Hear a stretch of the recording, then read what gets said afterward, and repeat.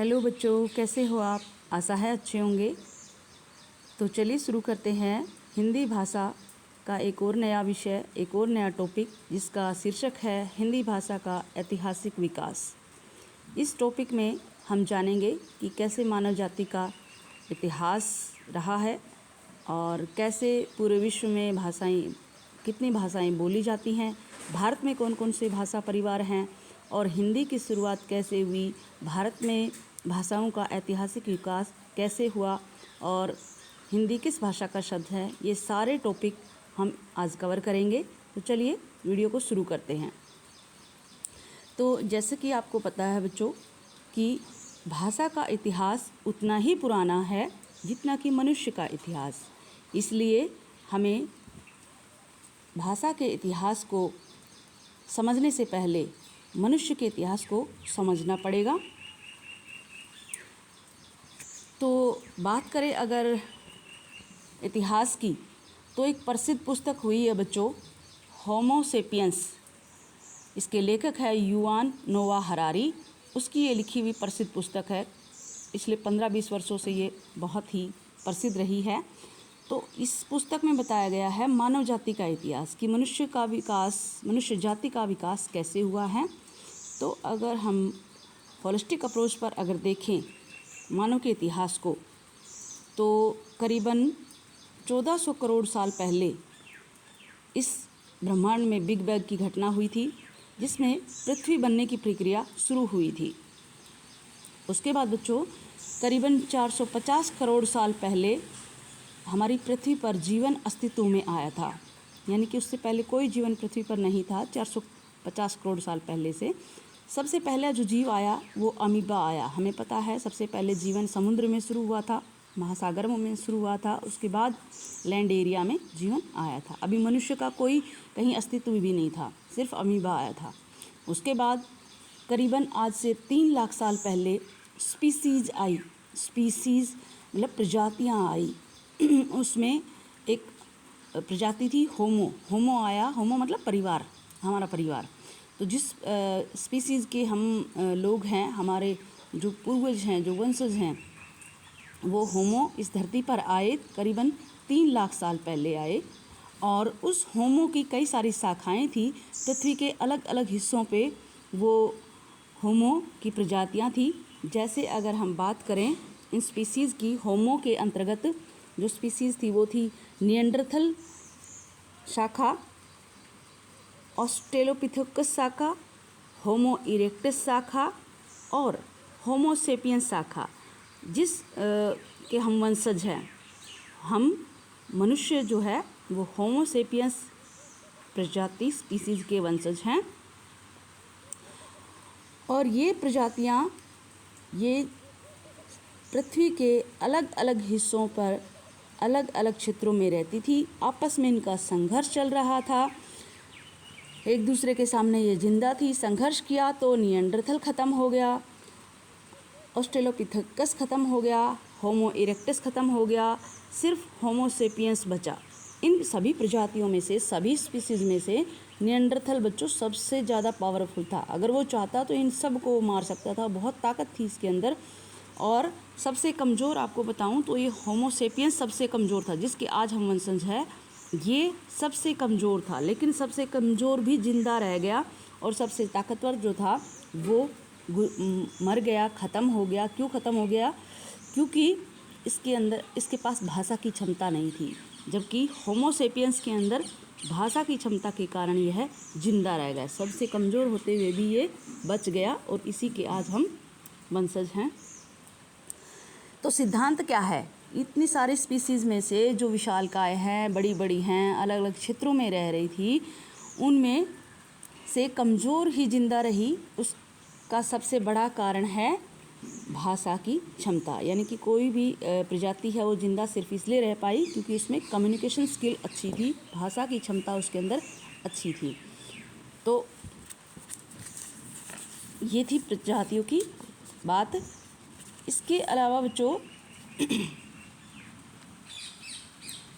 Chimpanzee के पास भी भाषा की क्षमता थी, बंदर के पास भी भाषा की क्षमता थी, लेकिन ये उतने सफल नहीं हो पाए। तोता तो तभी हमसे ज़्यादा ध्वनियाँ बोल सकता है, लेकिन वो भी सफल नहीं हो पाया क्योंकि तोते के पास अपने सोचने की क्षमता नहीं थी, समझने की क्षमता नहीं, वो सिर्फ नकल कर सकता है। तोता हमेशा ध्वनियों की नकल करता है, लेकिन वो हमसे भी ज़्यादा ध्वनियाँ निकाल सकता है, बोल सकता है, लेकिन क्षमता नहीं थी, तो वो भी उतना कामयाब नहीं हो पाया। तो निएंडरथल की भाषा, चिंपैंजी की भाषा, बंदर की भाषा, ये सब भाषाएं कैसी थी बच्चों? ये सीमित भाषाएं थी। सीमित मतलब एक आवाज़ एक वाक्य। ये सब जैसे बंदर है, चिंपैंजी है, एक शब्द बोलते थे और उसी में उनका पूरा वाक्य कंप्लीट हो जाता था। तो वैज्ञानिकों ने इस पे बहुत प्रयोग किए। वो जंगल में गए भाषा वैज्ञानिक और उन्होंने उनकी आवाज़ को बड़ी बारीकी से ऑब्जर्व किया, बहुत बारीकी से उनको देखा कि ये किस प्रकार की आवाज़ निकालते हैं, कैसा व्यवहार करते हैं। तो जब वो जंगल में गए तो वहाँ पर जैसे उन्होंने बंदरों का जो ग्रुप था, समूह था, उसको देखा और उसमें से एक बंदर ने एक आवाज़ निकाली, सारे बंदर पेड़ के ऊपर चढ़ गए। फिर थोड़ी देर बाद दूसरे बंदर ने कि शेर आया, तो सारे बंदर ऊपर चले गए। दूसरी आवाज़ निकाली, शेर चला गया, तो सारे जो बंदर थे वो नीचे आ गए। तो उनको समझ में आया कि भाई एक आवाज़ एक वाक्य पूरा करता है इनका। तो फिर उन्होंने उनकी आवाज़ को रिकॉर्ड किया। जो भाषा वैज्ञानिक थे उन्होंने उनकी आवाज़ को म्यूजिक सिस्टम में रिकॉर्ड किया और जंगल में ले जा कर के शेर की आवाज़, उसकी बंदरों की आवाज़ में ही उसको प्ले किया कि शेर आया। सारे बंदर एकदम से पेड़ के ऊपर चढ़ गए और फिर एक दूसरे की तरफ देखने लगे कि किसने बोला। फिर थोड़ी देर बाद 10-15 मिनट बाद उन्होंने दूसरी आवाज़ प्ले की। दूसरी आवाज़ में ये थी कि शेर चला गया। सारे बंदर खटाक से नीचे आ गए एकदम से और फिर एक दूसरे की तरफ देखने लगे किसने बोला। तो भाषा वैज्ञानिक जो थे वो आपस में इस निष्कर्ष पे पहुँचे कि इनकी जो एक आवाज़ है वो एक वाक्य पूरा करती है और इसमें इतनी क्षमता नहीं है। इंसान की भाषा की सबसे बड़ी खूबसूरती बच्चों ये है कि वो डिस्क्रीट भाषा है। डिस्क्रीट भाषा का मतलब होता है अलग भाषा है, विभिन्न भाषा है, पृथक भाषा है, दूसरों से अलग भाषा है। और इस भाषा की विशेषता क्या है कि इस भाषा में हम 25, 30, 50 ध्वनियों से हम अरबों शब्द बना सकते हैं और उन अरबों शब्दों से हम खरबों वाक्य बना सकते हैं। ये हमारी भाषा की विशेषता है। हमारी भाषा की क्या दुनिया की सभी भाषाओं की विशेषता है, मनुष्य की भाषा की विशेषता है कि वो 25, 30 और 50 ध्वनियों से, जैसे हमारी हिंदी में 50 ध्वनियाँ, 52 ध्वनियाँ हैं, तो उनको लेकर के हम अरबों शब्द बना सकते हैं और उन अरबों शब्दों से हम खरबों वाक्य बना सकते हैं। ये क्षमता सिर्फ मनुष्य के पास है और किसी के पास नहीं है। और यही कारण है कि मनुष्य आज इस धरती के ऊपर, इस पृथ्वी के ऊपर सबसे शक्तिशाली प्राणी रहा है। तो हमारी जो भाषा है वो इतनी लचीली है बच्चों कि एक ही बात को कहने के हमारे पास 50 तरीके हैं। हम एक बात को 50 तरीके से कह सकते हैं और ये तरीके संसार में किसी भी अन्य स्पीसीज़ के पास नहीं पाए जाते हैं। इसीलिए होमो सेपियंस बन पाया। और अगर आज हम जिंदा हैं, हम चिंपैंजी से बेहतर हैं, हम बंदर से बेहतर हैं, हम गुरिल्ला से बेहतर हैं, हम होमो इरेक्टर से बेहतर हैं, हम निएंडरथल से बेहतर हैं, तो उसका एक ही मूल सिद्धांत है और वो है हमारी भाषा की क्षमता। लेकिन आपको पता है बच्चों कि जो चीज़ें हमें मुफ्त में मिलती हैं हम उनकी कीमत समझते नहीं हैं। और भाषा भी एक ऐसी ही चीज़ है जिसको हम नहीं समझते हैं कि ये तो हमें ऐसे ही मिल गई है। लेकिन हमें समझना होगा कि भाषा ही वो चीज़ है जो कि मनुष्य को मनुष्य बनाती है, उसमें क्षमता विकसित करती है।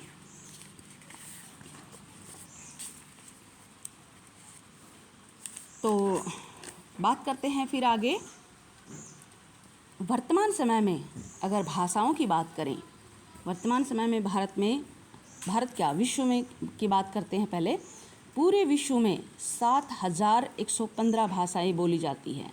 ये सर्वेक्षण हुआ है और उसी के अनुरूप हम बोल रहे हैं। डेटा उठाए गए हैं, ऑथेंटिक सोर्स से डेटा उठाए गए हैं तो वर्तमान समय में भारत में 7,115 भाषाएं पूरे विश्व में बोली जाती हैं और उन भाषाओं को पूरे विश्व में 12 भाषा परिवारों में बांटा गया है, जिसमें से 4 भाषा परिवारों की भाषाएं भारत में बोली जाती हैं।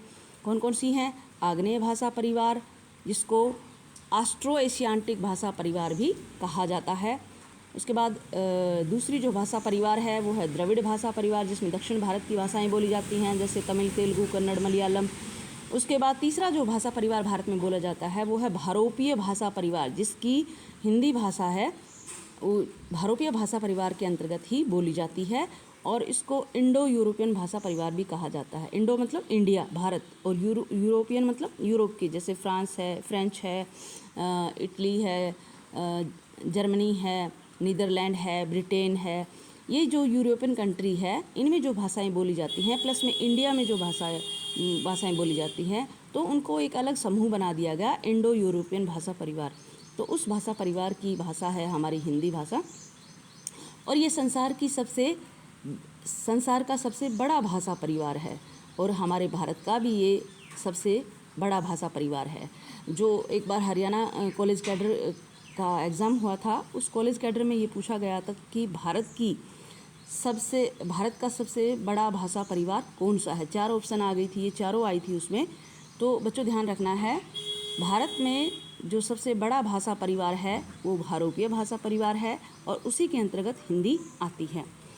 चौथा जो प्रकार है वो है चीनी तिब्बती भाषा परिवार। जो हमारा हिली एरिया है, हिमालय वाला जो क्षेत्र है, जो चीन और तिब्बत बॉर्डर से जो लगता हुआ एरिया है, वहाँ पर ये भाषाएं बोली जाती है। उस भाषा परिवार को एक अलग समूह दे दिया गया, एक अलग परिवार बना दिया गया, चीनी तिब्बती भाषा परिवार। तो हमारी हिंदी भाषा किसके अंतर्गत आती है? भारोपीय भाषा परिवार के अंतर्गत आती है, जिसमें भारत और यूरोप की भाषाएं बोली जाती हैं। क्योंकि यूरोपीय भाषा को हमारे देश के साथ क्यों जोड़ा गया है? क्योंकि हमें पता है यूरोप की बहुत सारी देशों की जो कंपनियां थी, जो लोग थे, वो हमारे भारत में आए थे। जैसे फ्रेंच आए थे, डच आए थे, डेनिश आए थे, ब्रिटिश लोग आए थे।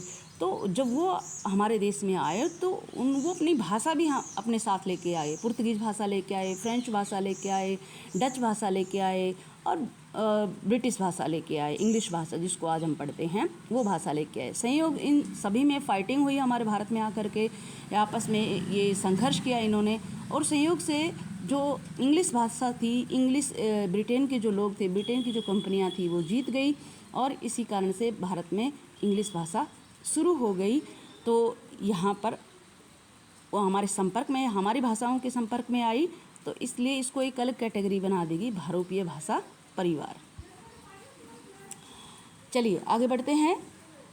तो भारत में भाषाओं का ये तो बात हो गई कि विश्व में कितनी भाषाएं हैं, कितने भाषा परिवार हैं। अब हम बात करते हैं भारत में भाषाओं का विकास किस प्रकार से हुआ, कौन कौन सी भाषा शुरू में अस्तित्व में आई। तो अगर हम बात करें भारत में भाषाओं का ऐतिहासिक विकास की, तो उसमें सबसे पहले भारत में आई थी चित्रात्मक भाषा। चित्रात्मक भाषा क्या है बच्चों? कि चित्र के रूप में, जैसे मनुष्य बोलता तो आया, बहुत पहले से ध्वनियाँ निकालता आया, बोलता आया। आपको पता है कि 70,000 साल से पहले 70,000 वर्ष पहले से लेकर के 40,000 वर्ष तक एक बहुत ही कॉग्निटिव रेवोल्यूशन शुरू हुआ था, संज्ञानात्मक क्रांति जिसको बोला जाता है, जिसमें मनुष्य की बुद्धि का बहुत तेज़ी से विकास हुआ और वो बहुत तेज़ी से समझने लगा। तो उसके बाद उससे पहले परिवार की संकल्पना का कहीं कोई जन्म नहीं था। समूह क्या होता है, गांव क्या होता है, नगर क्या होता है, उसको कुछ भी नहीं पता था। वो जंगलों में रहता था, पेड़ों पे रहता था, कंदमूल खाता था, प्राकृतिक जो विपदाएं होती थी उनसे डरता था। वो बिजली कड़कती थी तो डर जाता था, शेर जंगली जो जानवर आते थे उनसे डर जाता था। फिर धीरे धीरे जब उसकी बुद्धि का विकास हुआ तो वो पेड़ों से उतर करके धरती पे आया। 4 पैरों से वो 2 पैरों पे चलना सीखा। जो प्राकृतिक आवास थे, जैसे पहाड़ की गुफाएं, उनमें वो रहने लग गया। और पत्थर, क्योंकि उसके जीवन का महत्वपूर्ण आधार था, पत्थर से ही वो शिकार करता था, पत्थर से ही आग जलाता था, पत्थर की गुफाओं में वो रहता था, तो पत्थर ही उसके जीवन का प्रमुख आधार रहा। इसलिए इस काल को हम पाषाण काल भी कहते हैं। तो पाषाण काल, पाषाण मतलब पत्थर, तो पत्थर की गुफाओं में वो रहता था। क्यों रहता था? उसका भी एक रीज़न था कि वो जंगली जानवरों से अपना बचाव कर सकता था। गुफाओं में रह कर के बड़ा सा पत्थर गुफा के मुख पर लगा देता था, तो जंगली जानवर से उसका डर ख़त्म हो जाता था। उसके अलावा बारिश आती थी तो उससे बचाव हो जाता था। उसके अलावा जैसे बिजली कड़कती थी, क्योंकि वो डरता था, तो वो भी उसके लिए एक सुरक्षित जगह थी। तो जब वो गुफाओं में रहता था तो उसने अपने मन के भाव को अभिव्यक्त करने के लिए चित्रों को बनाना शुरू कर दिया गुफाओं में। हमें पता है अजंता एलोरा की जो गुफाएं, जहाँ पर भारत में आरंभिक मनुष्य रहा है अब तक ज्ञात स्रोतों के अनुसार अब तक, तो वहाँ पर वो चित्र बनाता था अजंता एलोरा की गुफाओं में। तो उस समय लिपि का विकास। लिपि क्या होती है बच्चों? कि हम जो शब्द बोलते हैं उन शब्दों को हम जब चिन्हों का आकार देते हैं, लिखित रूप में जब उसको लिखते हैं तो उसको लिपि कहा जाता है। तो उस समय की जो लिपि थी, उस समय की जो भाषा थी, चित्रात्मक भाषा थी। और ये समय क्या था? लगभग 8000 वर्ष पूर्व से लेकर के लगभग 2500 वर्ष पूर्व तक ये जो समय था, इसमें मनुष्य ने गुफाओं में चित्र बना करके अपने विचारों को अभिव्यक्त करना सबसे पहले सीखा। उससे पहले वो कहीं कोई चित्र नहीं बनाता था, कहीं उसने लेखन का हमारे पास कोई प्रमाण ही नहीं मिलते हैं, सिर्फ गुफाओं में हमें चित्र मिलते हैं। तो यानी कि उसने धीरे धीरे चित्रों के द्वारा अपने मन के भाव अभिव्यक्त करने सीखे, जिसमें वो जंगली जानवरों के शिकार करते हुए चित्र बनाता था, लोग आते जाते हुए चित्र बनाता था, समूह के चित्र बनाता था। तो इस तरह से भारत में लेखन शैली का विकास हुआ। उसके बाद भारत में धीरे धीरे लेखन शैली से हमें पता है कि क्या कहते हैं, सिंधु सभ्यता में भी हमें कुछ लेखन मिला है, लेकिन हाँ क्योंकि हम उसको पढ़ नहीं पाए हैं इसलिए हम उसका जिक्र यहाँ पे नहीं करेंगे। उसके बाद भारत में संस्कृत भाषा का विकास हुआ। संस्कृत भाषा का विकास हुआ। उसके बाद पाली संस्कृत से पाली भाषा विकसित हुई। उसी का ही चेंज हुआ प्राकृत भाषा में, और प्राकृत भाषा ही बदल करके अपभ्रंश भाषा बनी, और अपभ्रंश से ही विकसित होती हुई आधुनिक हमारी हिंदी भाषा भारत में अस्तित्व में आई। तो एक एक करके इसको स्कैन करके देखते हैं।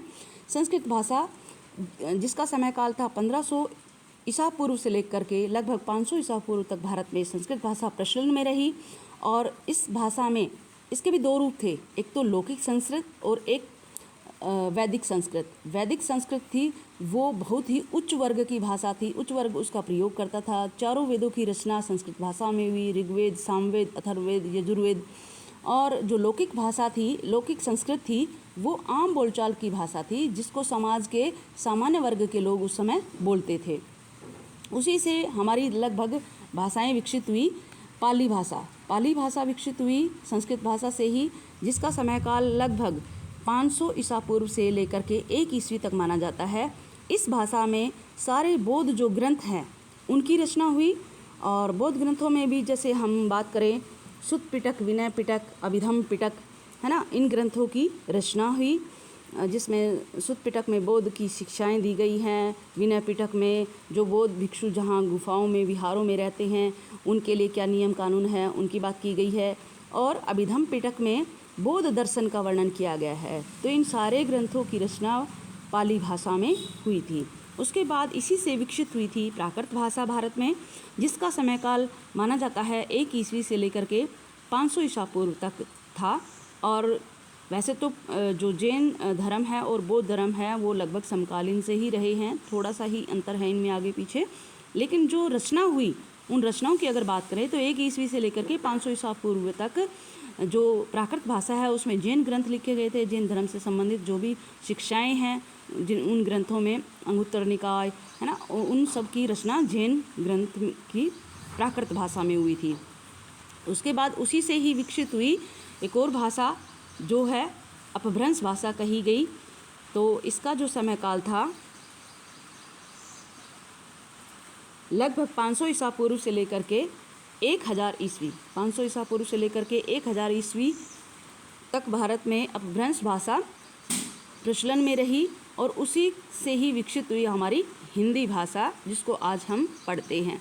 तो इसकी शुरुआत कब हुई थी? 1050 ईस्वी के आसपास शुरू हुई थी। अब ऐसा तो नहीं है कि भारत में या विश्व में कहीं भी भाषा की शुरुआत एकदम से हो जाती हो। जैसे हम पंखे को ऑन करते हैं, एकदम से स्विच ऑन करते हैं तो पंखा चल जाता है, स्विच बंद कर देते हैं तो फ़ैन बंद हो जाता है। तो भाषाओं की शुरुआत धीरे धीरे हुई थी एक दूसरे के शब्दों को लेकर के भी थी, अन्य भाषाओं के शब्दों को समाहित करते हुए थी, और जिन शब्दों को लोग पसंद करते हैं, उनका बार बार प्रयोग करते हैं, वो ही उस भाषा में प्रचलित हो जाते हैं और वो उस भाषा का रूप बन जाते हैं। और इसी तरह से भाषाओं का विकास आगे भी होता रहेगा।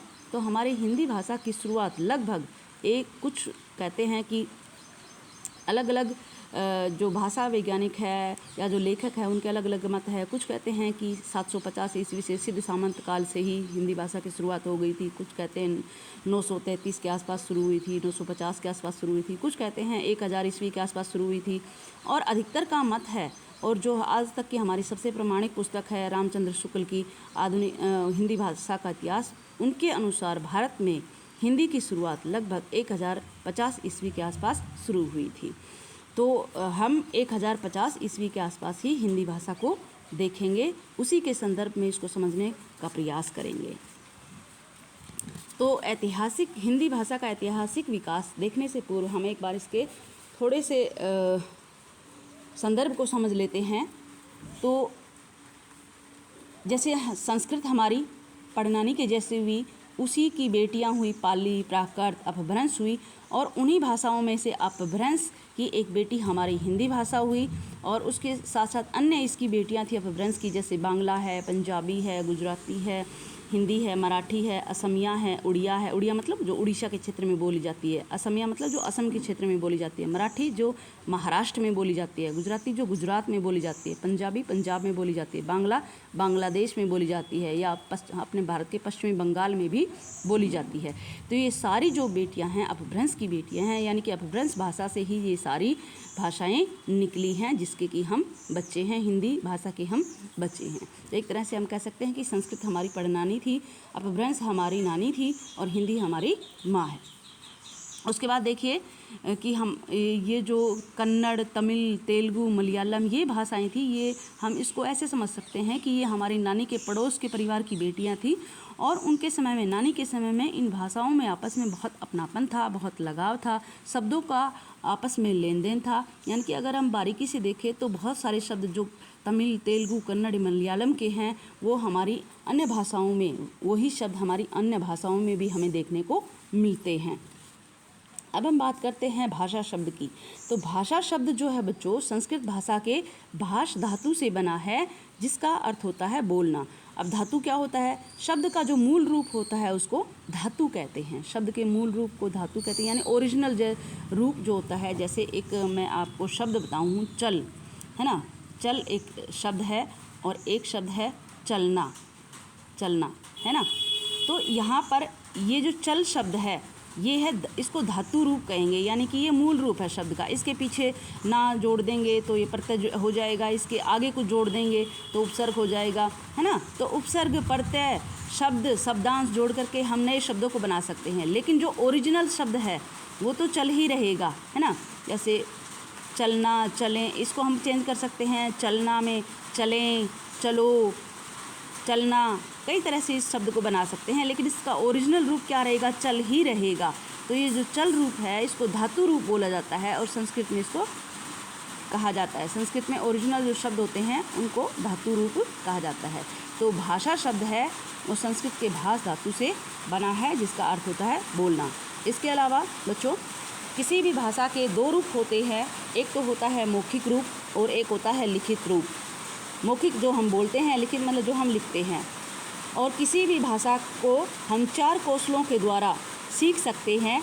जैसे सबसे पहला कौशल है सुनना या श्रवण कौशल, दूसरा है बोलना या अभिव्यक्ति कौशल, तीसरा है पठन कौशल, चौथा है लेखन कौशल।